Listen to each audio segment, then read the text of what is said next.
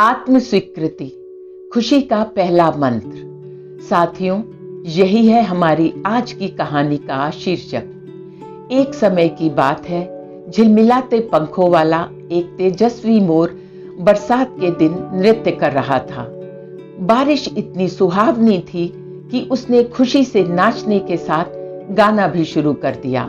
लेकिन जैसे ही उसने गाने की कोशिश की, उसकी कर्कश आवाज उसे एक गायक के रूप में उसकी कमियों की याद दिलाने लगी।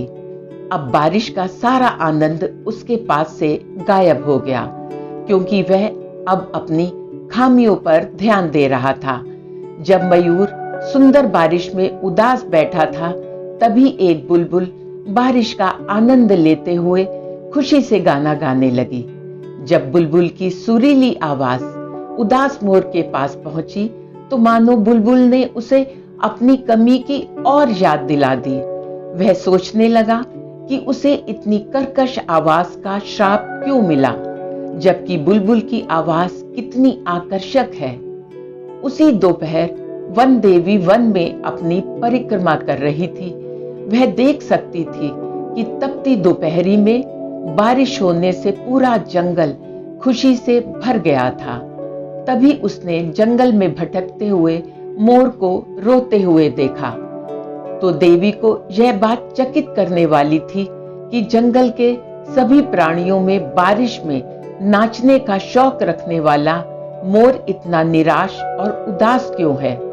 इतने सुहावने मौसम में तुम इतने उदास क्यों हो? देवी ने मोर से पूछा। तब मोर ने अपनी कर्कश आवाज के बारे में वन देवी को बताया कि वह कितना दुर्भाग्यशाली है और वह बुलबुल की तरह मधुर गाना भी नहीं गा सकता। बुलबुल की आवाज इतनी सुरीली क्यों होती है, लेकिन मेरी क्यों नहीं? यह तो बहुत अनुचित है कि मैं इस खूबसूरत मौसम में गा भी नहीं सकता।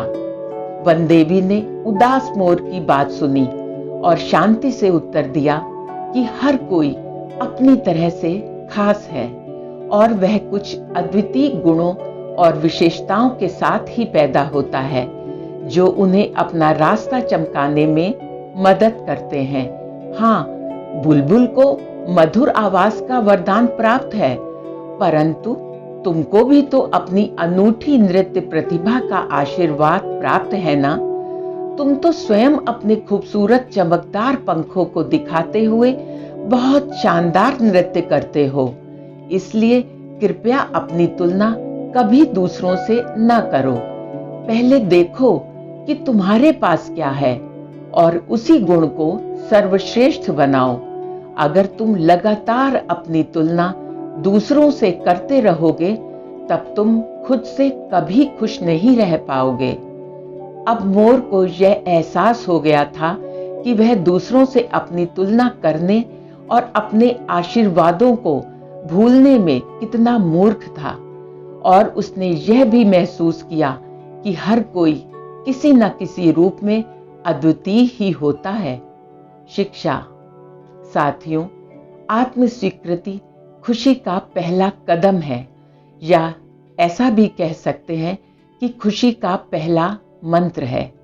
जो आपके पास नहीं है, उसके बारे में दुखी होने के बजाय जो आपके पास है उसे ही बेहतर बनाएं एवं खुश रहें और अपने जीवन में आगे बढ़ें।